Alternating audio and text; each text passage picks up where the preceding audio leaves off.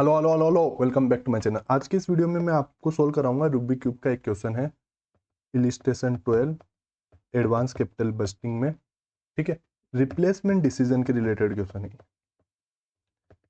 इस क्वेश्चन में बहुत बच्चों को प्रॉब्लम आती है। मैं आपको एकदम इजी वे में बताऊंगा, आपको कभी जीवन में इसमें प्रॉब्लम होगी नहीं इस क्वेश्चन में। ठीक है, पहले मैं रीड आउट करता हूँ। कंपनी नेम में रूबिक क्यूब, उन्होंने डिसाइड किया कि मैं मेरा एग्जिस्टिंग कंप्यूटर रिप्लेस कर देती हूँ। ठीक है, उनका ओरिजिनल कॉस्ट था 25,000 रुपीज। उन्होंने 5 ईयर अगो इंस्टॉल कराया था, आज से 5 साल पहले कंप्यूटर सिस्टम इंस्टॉल करवाया था। ठीक है, करंट मार्केट वैल्यू है उनकी 5,000 रुपीज। अगर आज मार्केट में उसको कंप्यूटर को बेचने जाएंगे तो 5,000 रुपये मिल जाएंगे। तो मेरे पास दो इन्फॉर्मेशन आई, एक तो करंट मार्केट वैल्यू 25,000 है, एक ओरिजिनल कॉस्ट उसकी। करंट मार्केट वैल्यू 5,000 रुपीज है, ओरिजिनल वैल्यू की 25,000 थी। ठीक है, और वो उसकी लाइफ थी 10 ईयर और सालवेज वैल्यू थी नील। ठीक है, आज के 5 ईयर अगो, तो मैं आज हूँ, तो आज के 5 ईयर अगो मैंने 25,000 का कोई चीज़ लिया था। और डेप्रिसिएशन कैसे लगाया होगा मैंने? 25,000 माइनस सालवेज वैल्यू 0 है, ऐसे ने बोला सालवेज वैल्यू 0 है, और नंबर ऑफ ईयर 10 ईयर। तो मैंने 2,500 पर ईयर का मैंने डेप्रिसिएशन चार्ज किया होगा। तो मैंने 2,500 5 ईयर का डेप्रिसिएशन चार्ज किया,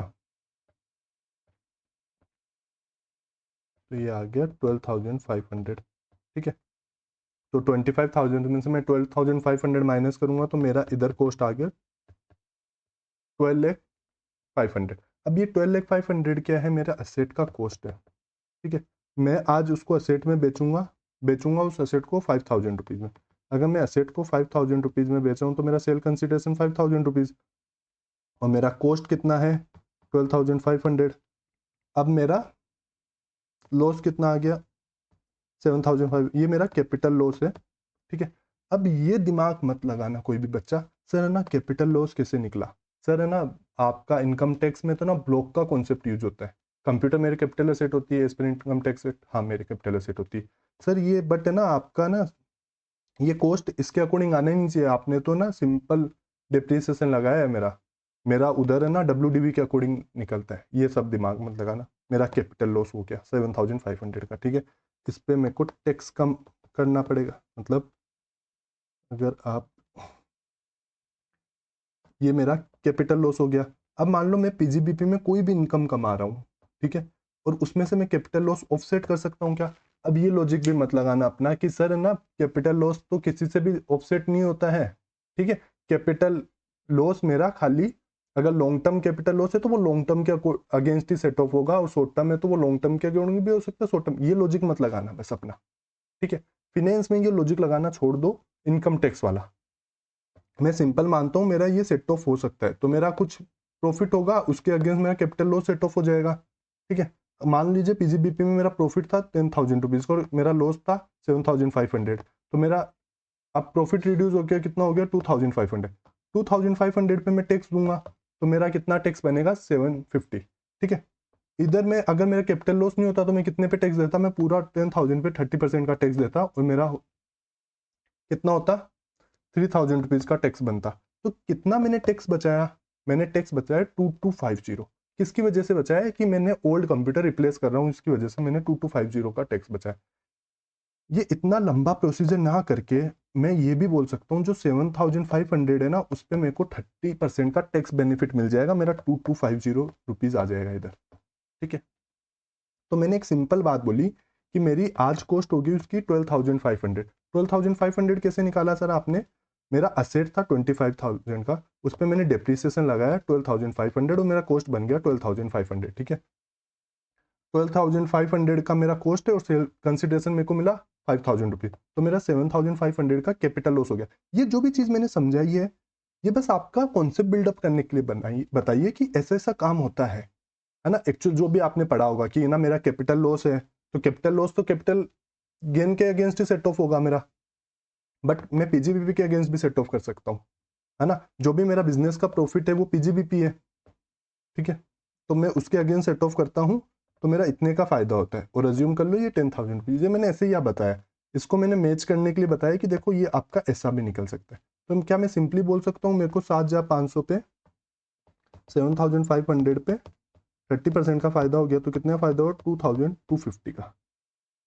ठीक है, तो मेरा है 2250। अब है ना मेरे को रिप्लेस करना है कोई भी कंप्यूटर, रिप्लेस करना है, और कितने का आ रहा है मेरा, नए कंप्यूटर की प्राइस है 50,000। तो एक तो मेरा 50,000 का कॉस्ट लगा, एक मेरा इनफ्लो हुआ। इनफ्लो कैसे हुआ, मतलब मेरा आउटफ्लो कम हुआ, है ना। आउटफ्लो कम कैसे हुआ, इतने से मेरा आउटफ्लो बचा क्या, मैं इतने से गवर्नमेंट को टैक्स कम दूंगा, तो ये मेरा फायदा हुआ कि हाँ सर आपका ये फायदा हुआ 2250 का। ठीक है, और कुछ भी फायदा हो रहा है क्या मेरे को, और क्या फायदा हो रहा है सर आपको ना, ये 5,000 रुपीज़ भी तो मिलेंगे, तो मेरे को ये 5,000 रुपीज़ भी मिले, तो मेरे को टोटल फायदा कितना हुआ, अगर मैं इनको माइनस करूँ सबको, तो मेरा टोटल फायदा होता है 42,750। तो मैंने क्या सबसे पहले ये कैलकुलेशन कर दी 42,750 की। इस कैलकुलेशन पे आप आई कैसे निकाला, वापस एक बार रिपीट कर देता हूँ। 25,000 का मेरा पास मशीनरी था, उस पर मैंने टैक्स लगाया 5 साल का, 5 साल का डिप्रिसिएशन लगाया, तो 12,500 का डिप्रिसिएशन लगाया। ठीक है, तो 25,000 में से 12,500 में अगर माइनस करूंगा तो मेरा आ जाएगा 12,500 ही। ये मेरा क्या हुआ, सेल कंसिडरेशन हुआ, ये मेरा कॉस्ट हुआ, और सेल कंसिडरेशन था 5,000 रुपीज़। 5,000 में से मैं कॉस्ट माइनस करूंगा तो मेरा इतने का कैपिटल लॉस हो गया। इस कैपिटल लॉस पे मेरे को 30% का टैक्स बेनिफिट हो जाएगा, तो 2250 का मेरे को टैक्स बेनिफिट हो गया। ठीक है, तो 50,000 का कंप्यूटर का कॉस्ट लगा आज, है ना। ये सब क्यों लग रहा है, ये फायदा क्यों हुआ, क्योंकि मैं नया कंप्यूटर लाना चाहता हूँ। ये कॉस्ट भी क्यों लग रहा है, क्योंकि मैं नया कंप्यूटर लाना चाहता हूँ। ये फायदा भी क्यों हो रहा है 5,000 का, क्योंकि मैं नया कंप्यूटर लाना चाहता हूँ। तो सब एक दूसरे से इंटरलिंक है, इसलिए मैंने सबको माइनस किया है। ठीक है, सबको एक जगह ही एक ही कॉस्ट कर दी मैंने, कि नेट में मैं कॉस्ट दिखाऊं ना। आज 0th ईयर पे मेरे नेट में कितनी कॉस्ट लग रही है, तो मैंने बोला नेट में मेरी कॉस्ट लग रही है इतना। ठीक है सर, इस पे 5,000 पे आपने टैक्स का कोई भी ट्रीटमेंट नहीं लिया, क्यों लूंगा, क्योंकि ये 5,000 तो मैंने इधर एडजस्ट कर लिया था ना, इसी से तो मैंने ये 2250 निकाला, तो मैंने सब कुछ इधर कंसिडर कर लिया। ये 5,000 तो मेरा पूरा, मैं अगर मशीनरी बेचूंगा तो मेरे को 5,000 रुपये मिलेंगे भी ना, तो ये वो वाली चीज है। इतना आपको समझ में है। अब देखो क्या है, मैंने ये इधर बेच दिया तो ये पुरानी वाली मशीन तो खत्म, अब मैं नई मशीन लेके आऊंगा, तो नई मशीन वो लेके आएगा और वो 5 ईयर तक ही चलेगी, मेरी नई मशीन 5 ईयर तक चलेगी। ठीक है, प्रेजेंट कॉस्ट है उनकी उसकी 50,000 रुपीज़, और सालवेज वैल्यू है 1,000 रुपीज़। तो मेरा डिप्रिसिएशन कितना लगेगा, 50,000 माइनस 1,000 डिवाइडेड बाई 5, तो 49,000 डिवाइडेड बाई 5, तो मेरा इतने का डिप्रिसिएशन अब हर ईयर लगेगा। ठीक है,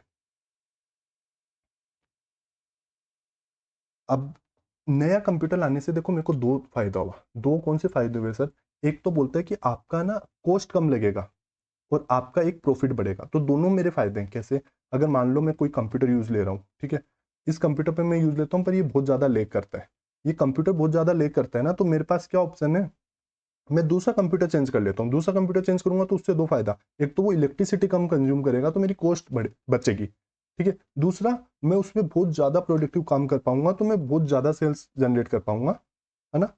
तो दो तरह के फायदे होंगे मेरे को। तो बोलते हैं एक तो आप ना 10% ओरिजिनल सेल्स का 10% इंक्रीज कर पाओगे, तो ओरिजिनल सेल्स इधर आईसीए के अकॉर्डिंग, आंसर के अकॉर्डिंग इधर 1 लाख की होना चाहिए। ठीक है, इधर गलती से 10 लाख प्रिंट हो गया है, तो 1 लाख का 10% मेरे को 10,000 रुपीज तो मेरा सेल्स इंक्रीज होगी, और मेरा कॉस्ट कम होगा, तो वो भी मेरा फायदा है। कॉस्ट कितने से कम होगा, देखो इन्होंने बता रखा है, कॉस्ट मेरा 5,000 रुपीज से सेविंग होगी कॉस्ट में, तो ये तो मेरा 15,000 रुपीज का फायदा होगा क्या, तो मेरा 15,000 रुपीज का फायदा हुआ। गवर्नमेंट आएगी, गवर्नमेंट बोलेगी 15,000 का आपका फायदा हो ना, हमें फटाफट टैक्स दे दो आप 30%, गवर्नमेंट आएगी टैक्स लेके चली जाएगी, तो मेरा इफेक्टिव फायदा कितना हुआ 10,500। ठीक है, पहले मैं डिप्रिसिएशन चार्ज करता था 2,500 पीएनएल में, अब मैं डिप्रिसिएशन चार्ज करूंगा 9,800। 9,800 कैसे निकाला सर आपने, 50,000 माइनस 1,000 डिवाइडेड बाई 5, तो 9,800 का मेरा डिप्रिसिएशन है। तो अब मैं इतना डिप्रिसिएशन चार्ज करूंगा, तो मैंने एक्सेस डिप्रिसिएशन चार्ज किया क्या नई मशीन आने के कारण, हाँ सर आपने एक्सेस चार्ज किया। कितना एक्सेस चार्ज किया, 7,300। 7,300 एक्सेस चार्ज किया, उससे क्या हुआ, मेरा प्रॉफिट कम हुआ, 7,300 से मेरा प्रॉफिट नीचे गिरा है, क्योंकि मैंने डिप्रिसिएशन ज्यादा चार्ज किया पीएनएल में। मेरा अगर प्रॉफिट कम होगा तो मेरे को क्या मिलेगा, टैक्स पे बेनिफिट मिलेगा, नहीं मिलेगा? हाँ सर, मेरे को टैक्स पे बेनिफिट मिलेगा। कितना मिलेगा? 2190। इन दोनों का टोटल करता हूं तो मेरा आता है 1260। क्या ये मेरे को एक साल ही फायदा होगा? नहीं सर, ये तो आपको हर ईयर फायदा होगा।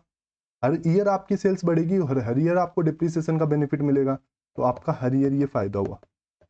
लास्ट में आपको एक सालवेज वैल्यू भी मिल जाएगी 1000। इसको भी आप पुल करोगे तो आपका आएगा 48,723।